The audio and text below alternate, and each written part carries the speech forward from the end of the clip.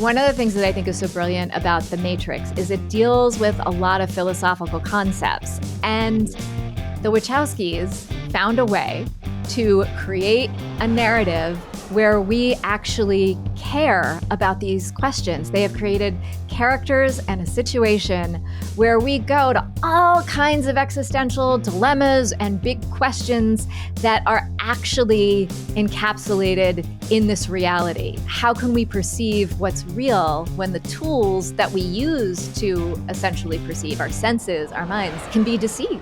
3, 2, 1, punch it. Could you jump to light speed in that tin can? Go back in time in the DeLorean. Will it crash or take to the sky? Tell me, smart guy, does it fly? Welcome to Does It Fly, the podcast that puts your favorite sci-fi properties, inventions, and conceits to the test. I'm your mad scientist, Hakeem Oluseyi. And I'm your pop culture expert, Tamara Krinsky. Time to dive into today's topic and see, does it fly?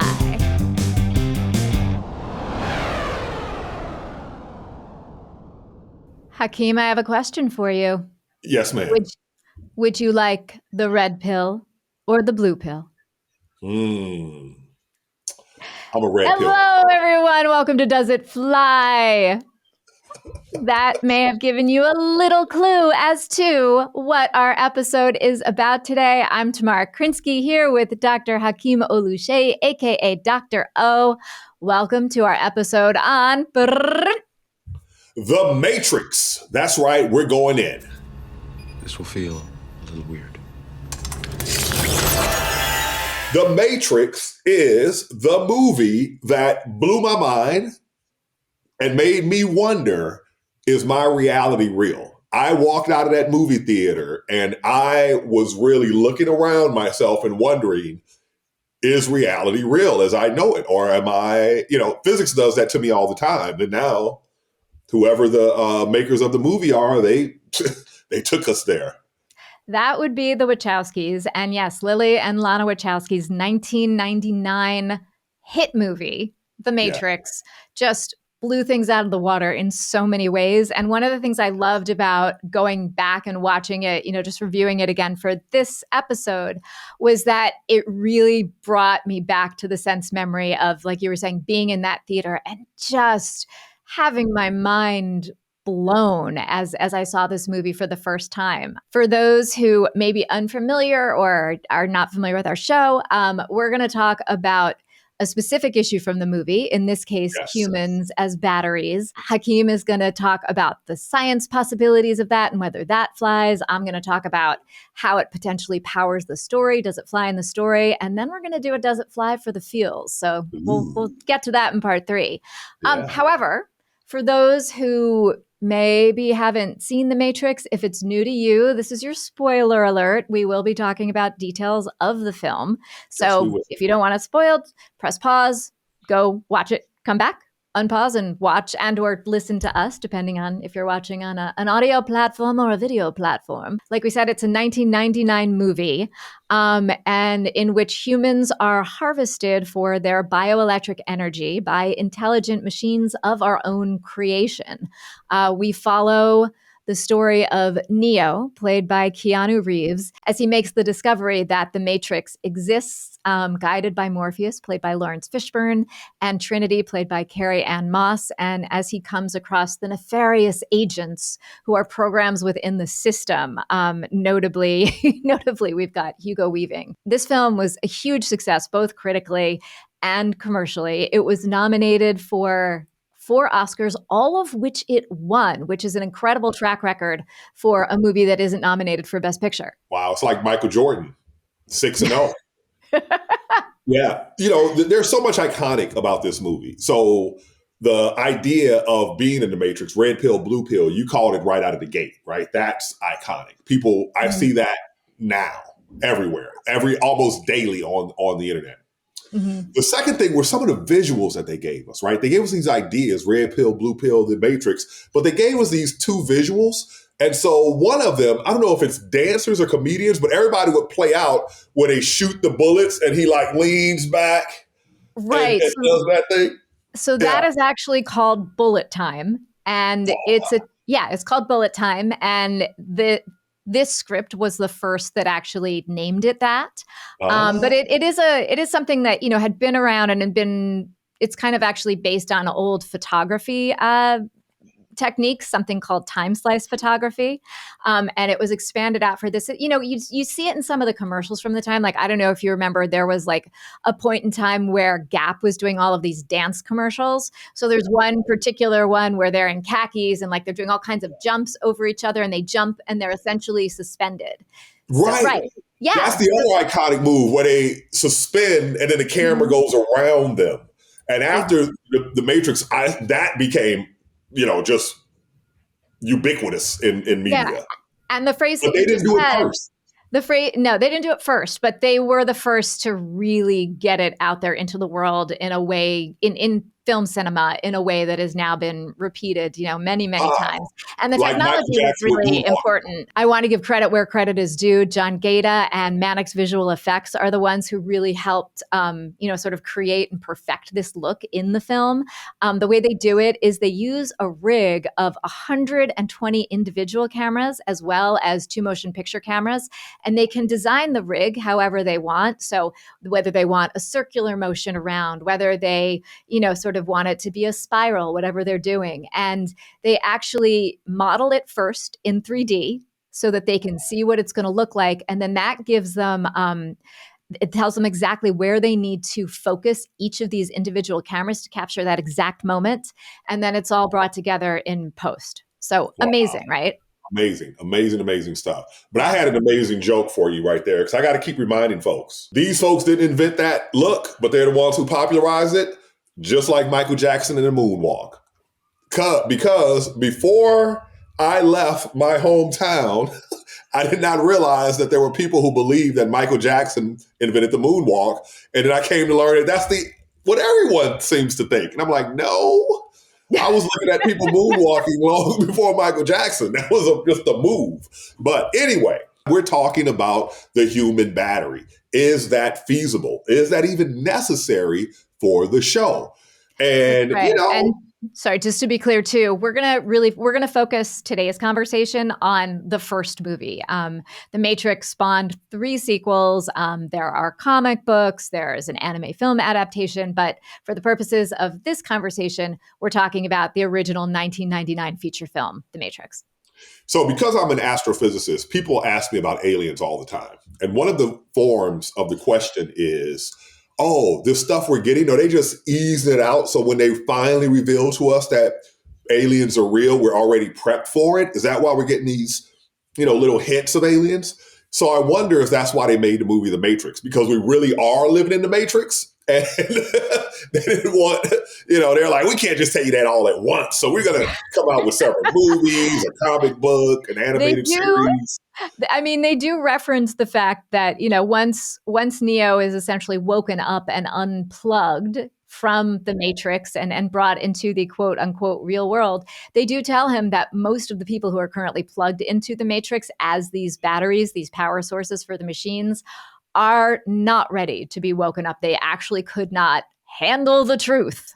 That's from a different movie. But that said, so from the science perspective, what is the science behind using humans as batteries, and does that fly? This is one of those that makes me go to a line that was frequently written in many scripts. And the line is, this is so crazy, it just might work. Okay. And here's what I mean by that. Mm-hmm. Okay, what is a battery, right? So a battery is a source of current and voltage. It's a source of energy, a source of power. And so do human bodies output power and energy? The answer is yes, we do. So if you get enough humans together, right, with our body heat, you could, who knows what you could do? You could, and what matters is not really how much energy you have, but how concentrated the energy is. Because things that are concentrated tend to want to diffuse and become less concentrated. So that's why heat, in most circumstances, moves from hot things to cold things. Notice I said most circumstances. because there are rare occasions where it goes the opposite direction. Always an exception with you, Dr. O. Always an exception. I am just the messenger. It is the universe doing it. Yeah. Humans are hot. We put out about 100 watts of thermal energy, and we have a lot of energy in our chemical bonds. That's what burning does, right? Our aerobic respiration is essentially burning. It's the opposite of photosynthesis. The opposite of photosynthesis is burning. That's what we do inside each of our cells, cellular respiration. That's what it is. So yeah, the energy is there. And, our bodies use these ions, like our neurons. They create a voltage across themselves, because if you can separate electrons away from the atom becomes positively charged, the electron is negatively charged.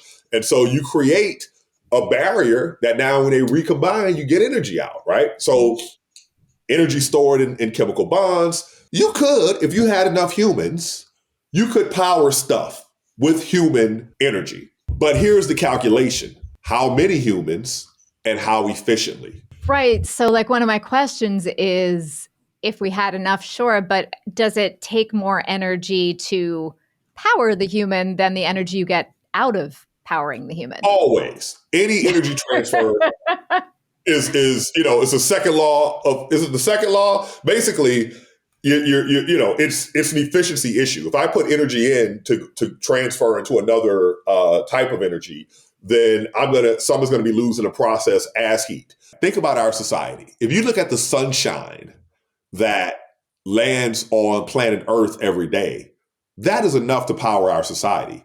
But instead of powering our society using sunshine, what do we power it using? Life, ancient life from the Carboniferous era, coal, oil, natural gas. These are all dead living things, right? That their bonds now make them flammable, and it's concentrated. So if you look at replacements for oil, they talk about biofuels, because photosynthesis stores energy in these bonds.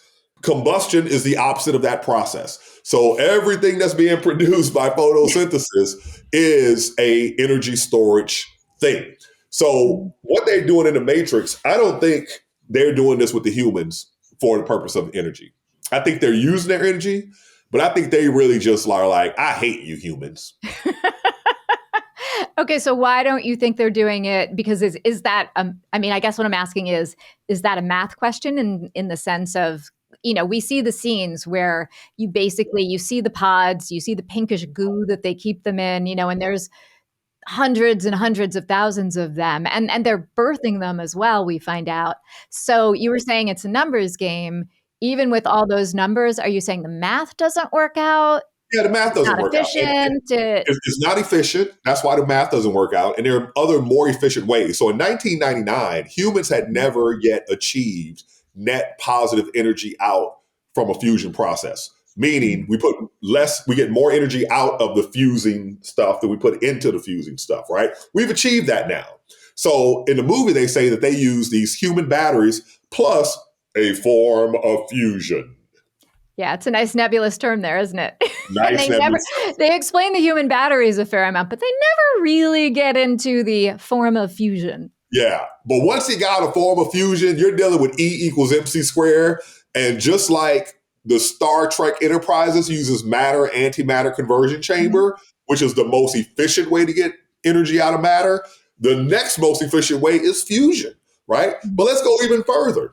Zion, the city of the humans underground. We're talking about Zion, the city underground in the movie, not in real life. For those of you for whom it's been a minute since you've seen the movie, just want to be clear.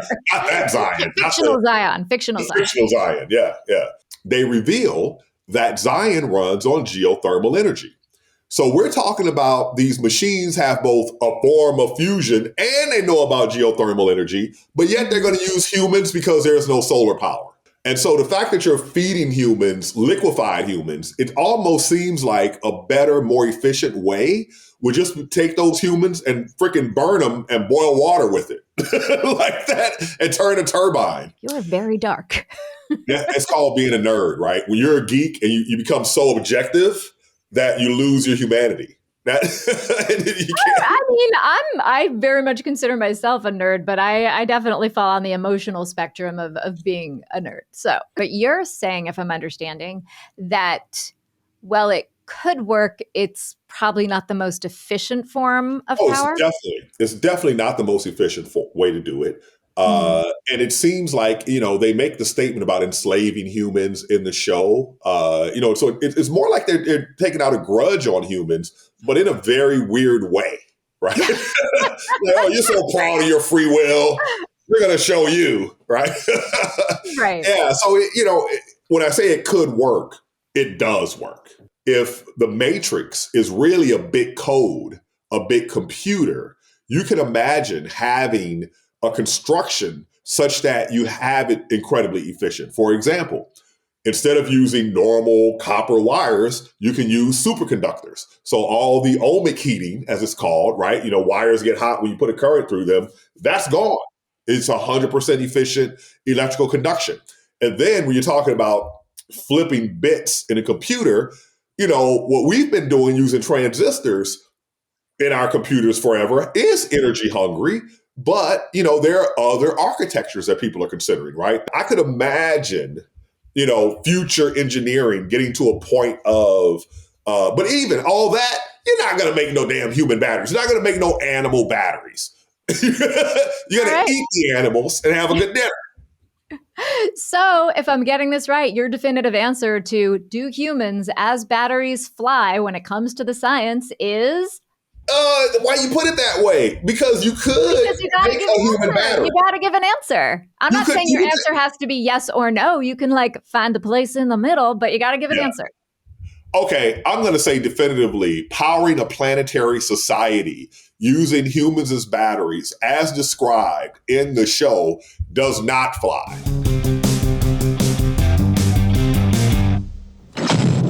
Sorry, Matrix fans. Sorry to burst the bubble. But anytime you have something hot and something cold, you can get something out of it. You could, you get that heat to flow, what we call transport phenomena, electrical current, heat flowing. You can get energy out, right? Even water flowing, right? You can get energy out of it. But you're basically powering a planetary society of machines using that mechanism. That doesn't fly. It's a wrong reason. It's like, yeah, we're using it like this, but they're not doing it because they actually need this power. They're just doing it because they just want to play with us. The idea came from an old movie called The Matrix. But wouldn't almost anything make a better battery than a human body? Like a potato or a battery? But I do love the idea that, they have other choices, but, they've got a grudge, which, they got a grudge, which takes us, right into the story of The Matrix. Does this idea of humans as batteries power our story? Ooh, look at me. You're so clever. You should be a writer. Or maybe I could do that. Well, so there's the question of whether it's feasible or not. Do we suspend our disbelief if it's not, which you don't think it is? And how does it power the story forward? Well, there basically is no story of The Matrix without this particular conceit. Now, maybe it's done differently because we've certainly seen, other stories, other movies, TV shows where people are plugged in. But one of the key things here is the difference between what is going on in this imagined reality and what is happening in your corporeal reality, what is happening with your body, and the idea that you sort of don't have an existence in that physical plane anymore. So, I would say that is a basic building block of the story. Yeah, and it's the basic source of conflict, right?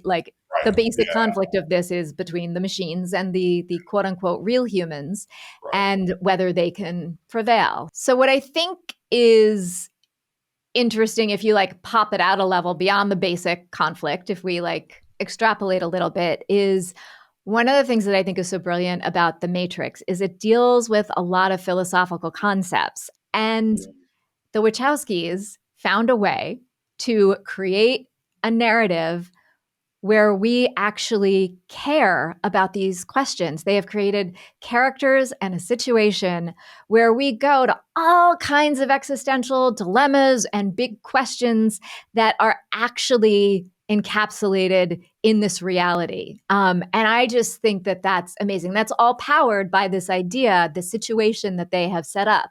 So, there's so many questions that they ask, sort of illusion versus reality. The idea that how can we perceive what's real when the tools that we use to essentially perceive our senses, our minds, can be deceived. This idea, like, do we trust our senses? Well, I The mean, we idea. know this happens, right? Because we dream and you think it's real when you dream and you know Mhm. it's not. So that's another thing, like this exploration of simulation and a dream world, what is real? And this idea, I mean, this is something that has been explored for centuries. Different religions explore the nature of reality. And we certainly have, a lot of different philosophers going all the way back to Plato and his cave allegory and the idea that, there were folks who were trapped in a cave. They saw their shadows on the wall and they thought that that was real until someone escapes, makes his way out into the sunshine, and is like, oh, wow, this is reality. And of course, then when he goes back, they don't want to believe him. But who really Yeah, has the power crazy. there? Not even necessarily the person who is finding reality. It's the folks who are making the shadows happen, who are Yeah. behind the scenes. So, Mhm. you've got Plato. And then, this idea gets talked about currently by scientists, the idea of, are we living in a reality going, Nick Bostrom, who wrote a paper in 2001 about this, exploring the idea. He's done a TED Talk about it in 2019. Nuclear physicists have. So, like, random story here, but when I was a kid, I always used to wonder, like, is this real, or is my doll dreaming and I'm the dream that my doll is having? Yeah, yeah. When I first heard that philosophical statement, Hmm. does everyone exist or are you all just figments of my imagination? It really, I was a kid and I heard it for the first time. And I had an existential crisis. Is this real? Yeah, Is exactly. reality real? But Is we know reality it's real? not. We know that our brain, our eyes are a filter that does an interpretation of data and is only Mhm. using some of the data. And if you compare us to some other species that interacts with the world via different senses, we clearly create different models of reality based on Mhm. the input. And so, it's almost as if we know reality isn't reality. Yeah, it depends on the day. Some days I want to be more real. Some days I wish I could just chalk it up to a dream and chuck it out, right? I just Um, let it go tomorrow because I'm not sure we exist. And, it's like, just mhm. let it go. And another thing is, we think about tough days. I always go back to Homo habilis. You know, Australopithecus, Homo habilis, they had tough days, right? Well, we're dealing with our air conditioned homes and clean clothing and no parasites and no predators about to eat us. It's nothing. Right. So, that I'm going to get back to that later because that brings up an interesting question. The one other thing I wanted to touch on, just as far as, humans as batteries, how this fits into the story. The other important thing that it brings up to me is sort of this idea of humans and technology, humans as expendable resources, and our relationship between humans and machines. If you look at when this movie came out, it came out in 1999. And there was a lot of, focus. It was the time of Y2K. There was a lot of focus on consumer oriented lifestyle and, this relationship between humans and machines and what that was going to look like. And, that's a question that has only become more relevant as time has gone on. So watching this movie, now, about almost 20, a little over 25 years later, it's kind of mind-blowing actually in a different way, because there are things that are said, there are lines in here that are so resonant. Mhm. Um, it's pretty amazing. And What you just said about human expendability, right? That just makes me think about the AI revolution that's going on right now. And it's like, okay, Mhm. all of you who think for a living, we don't need you anymore. Right, exactly, Yeah. exactly. I love the fact that during the making of this, the Wachowskis had their cast and crew read certain things. So I feel like there are certain episodes that really lend themselves to book lists. to a book list for Does It Fly? So for this particular one, they had Keanu Reeves and a lot of them read a book called Simulation and Simulacra by Jean Baudrillard. It's from 1992. It's a philosophy book, and it's about the relationship between reality and symbols. They also had Keanu Reeves read Kevin Kelly's Out of Control, the new biology of machines, social systems, and the economic world. This came out in 1995. Just to give you a sense of the flavor, Kevin Kelly, total bona fides. He was the executive editor of Wired for a really long time.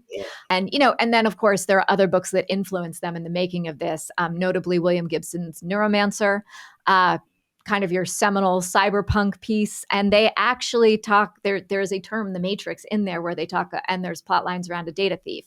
So, you can kind of see some of the tendrils. And of course, P.K. Dick's work, Blade Runner, Total Recall, et cetera.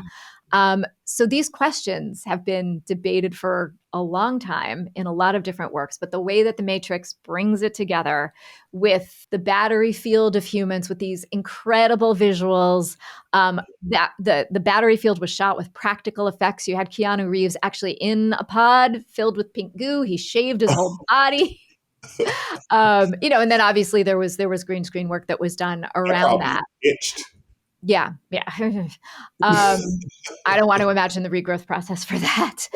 But I just have to say that, like, for me, I always say, like, good sci-fi will ask you to go on a what if. In this case, can humans be used as batteries to power a larger system? And the way that they build this story, and then the way that they use it to extrapolate to these larger questions and issues and make you care about these characters, and in my case, root for the humans. I don't know, maybe you were rooting for the machines. Root for the humans. It absolutely flies. I totally buy it. I'm on board, and I am down.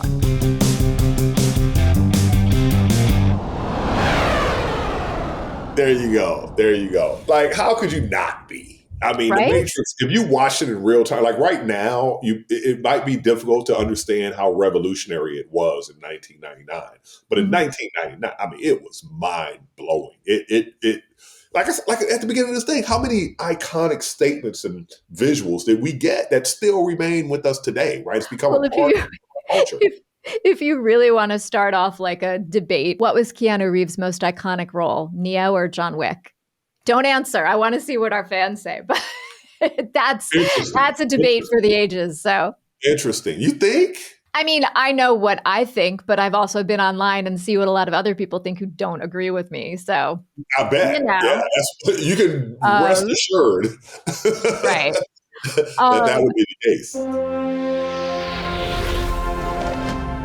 When it comes to, does it fly for the vibes? Like, does it fly for the feels? I guess the question for me is, so if we take this idea, right, the setup that humans are being used as batteries to power the Matrix, to power this alternate reality, so the machines can do with us as they want to do, it sort of expands out into this question of, is it good or bad to live in a place like the Matrix if your actual reality is someplace you don't want to be? Like in this case, the Earth has pretty much been destroyed. You know what this reminds me of? Drug addiction, right? People make that choice. People make the choice of, I don't like this world. I'm going to go into an altered state of mind and get the heck out of here, right? So a lot of people do make that choice. Now, it depends. So when they first created the Matrix, and they being the machines, right? There's a little dialogue where they inform us that, oh yeah, it was very utopian, but that didn't work, right? If you put humans in a situation where, because I've thought about it in this context going back to my youth, which is what could actually be heaven? If heaven existed, what would that be? And so when you hear things about gold and, I'm like, you wouldn't care, that people who have a lot of money aren't necessarily fulfilled and content and happy, right? It's not about riches. I always thought it involved a lot of ice cream. Not with honey dripped on. No, I don't milk like and honey, right? It's gold and milk and honey. I actually don't like the taste of honey. I mean, how could that be? I mean, I don't like the taste. Who doesn't like the taste of honey? That doesn't exist. Me, I do not like the taste of honey. It's like it Real has a honey? weird. Huh? Or that fake honey? Because most No, honey is fake honey. I've had the fake stuff. I've had like the real good Manuka honey. I've had stuff. Oh, Actually, I've been yeah. near beehives and have had like stuff on Oh. farms. Remember, I'm from like a suburban area of Yeah. New Jersey that's also real rural. So Yeah. I've been around hives. No, I don't love like honey. it. When I go to Popeyes and get my biscuit, I'm like, give me some honey. And I eat my biscuit and my honey. That is so weird that you just mentioned Popeyes, because what is happening right now in our home is a conversation about Popeyes, because my daughter keeps seeing these viral videos about Popeyes. And now she's like, and she's also obsessed with like different drinks, Yeah. non-alcoholic drinks. She's not old enough for that. Yeah. But like every time, like a Popeyes or a Raising Cane's or something like that comes out, she's like, we got to go try it. We got to go try it. So right now, Popeyes is the subject of a lot of conversation in our house, because I don't really eat fast food, but my husband. Right. Well, listen, if you want to call red beans and rice fast food, but that's what I would typically go there and get. So I was vegetarian for many years. So I'd go get my red beans and rice and my biscuit and honey, and I'm good to go. Large strawberry soda. You're all set. And my 2 hot apple pies, and they're fried. So this is not a healthy meal, but is it delicious and filling. But if you lived in the Matrix, you could have that meal all the time, or think you were having that meal all the time, and it wouldn't matter to your physical being, because your physical being doesn't really count in the Matrix. Okay, so here's a question. Like, that's a hard one for me, because I do feel I truly value peace of mind. I really, really do. And when I say that thing about heaven, what I came to the conclusion is that you're just content. Right? If you're completely fulfilled and content, you're wanting of nothing, right? So gold, who could care less? Milk and honey, who could care less? I'm just existing, happily fulfilled and content. But according to the machines and Neo and Lawrence Fishburne, by the way, I am in a show with Lawrence Fishburne, a series. Ooh. I never get to meet him though, right? I just go sit in the chair, give my expert opinion, and then, in post, he does his thing, and then I talk about what they're talking about. I will say he is lovely. I've had the ability to interview him a couple of times on the different Ant-Man red carpets, and he's lovely. He's lovely. And that voice, oh my God, that voice. Ugh. Right, the voice. He has one of the greatest character names in Boys in the Hood, Furious Styles.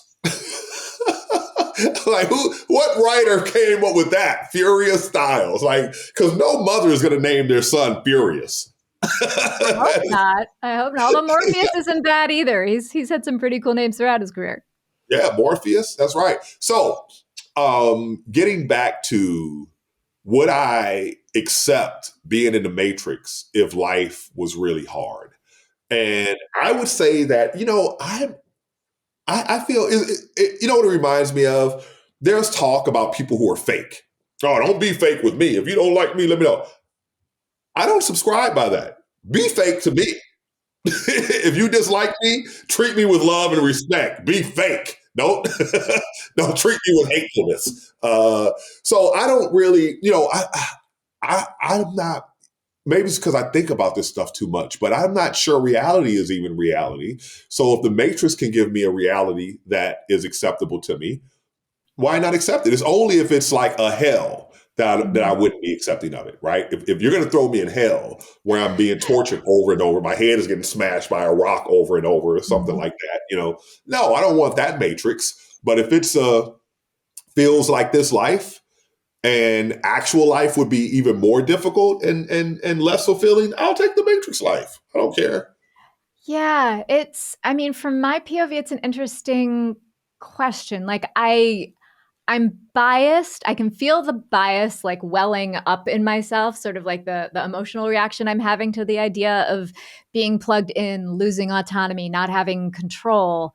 And, like every ache of me every fiber of me is going, no, that's not good. We should be able to have autonomy. We should be able to have free will. We should be able to, determine what we are doing. And at the same time, to one conflicting thought, and then another piece of it comes up, which is I'd love to pretend I'm super tough. I got my like Matrix black leather jacket on today and ode to Trinity. But the reality is I don't know how tough I am. And I've certainly had some circumstances, but I don't know how well I would stand up, sort of in that equation of like circumstance to panacea for it. And so, so there's that. And then the other thing that it takes me to kind of like as a next step of that is the question of, okay, well, say we do have free will. Are we living in a simulation right now? Like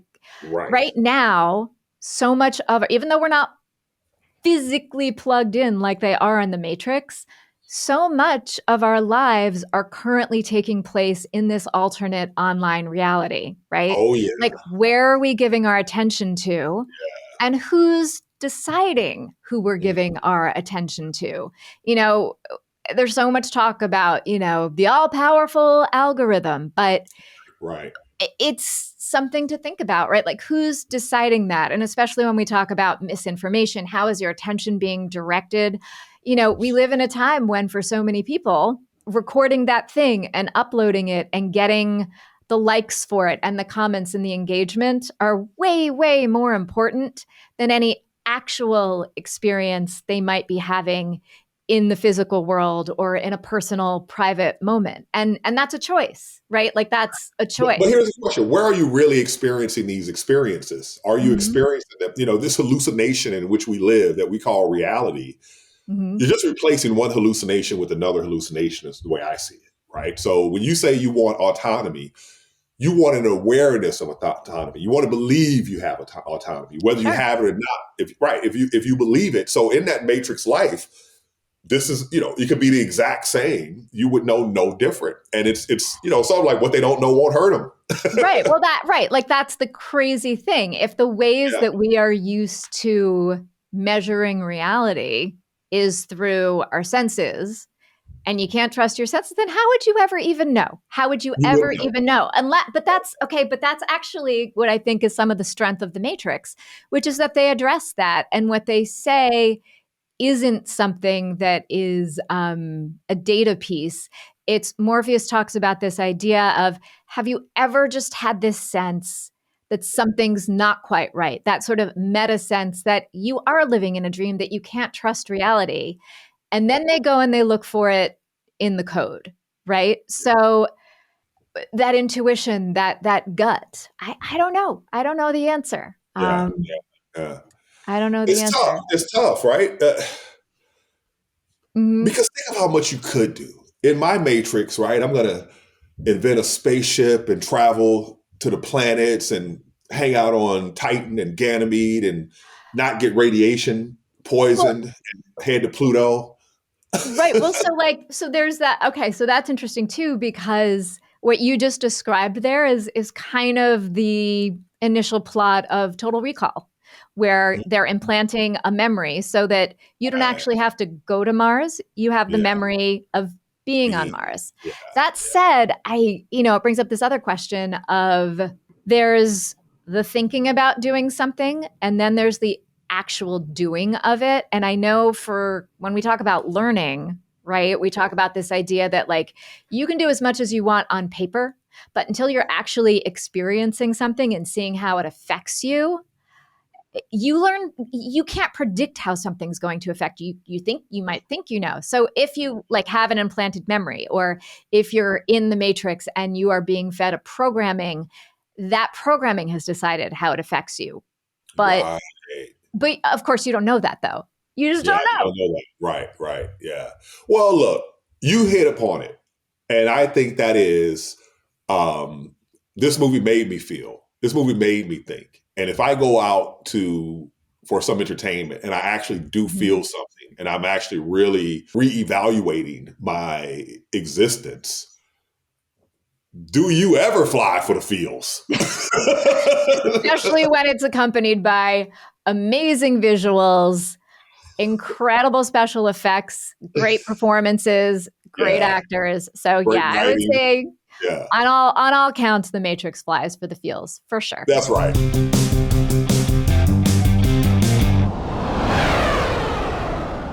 Definitely. The feels, the vibe, and talk about the vibe, the costuming, even White Rabbit, right? I mean, it's all there. It's a cool movie. This is a movie I would go down the rabbit hole with again and again and again. You just pull this stuff out. Well, I want to thank everyone listening or watching Does It Fly for coming down the rabbit hole this week with us. We have a new episode every Friday where we'll look at a different gizmo or gadget or conceit from your favorite sci-fi, fantasy, and horror films. And you can find us online. You can find us, where can they find us, Hakeem? They can find us on our website at doesitflypod.com. You can find us on social media at Does It Fly Pod, whether you're talking about the ones that have been outlawed or the ones that are legal. And we are not condoning illegal activity. Do it at your own risk. That's right, VPN. And if you listen via a streaming network, you can find us there as well. So if you can't find Does It Fly, always also look for Roddenberry Entertainment. So we are a part of the Roddenberry family, just like Mr. Spock and Tuvok, my two favorite Vulcans. All right. Thanks again for tuning in. We will see you next week. Next Friday.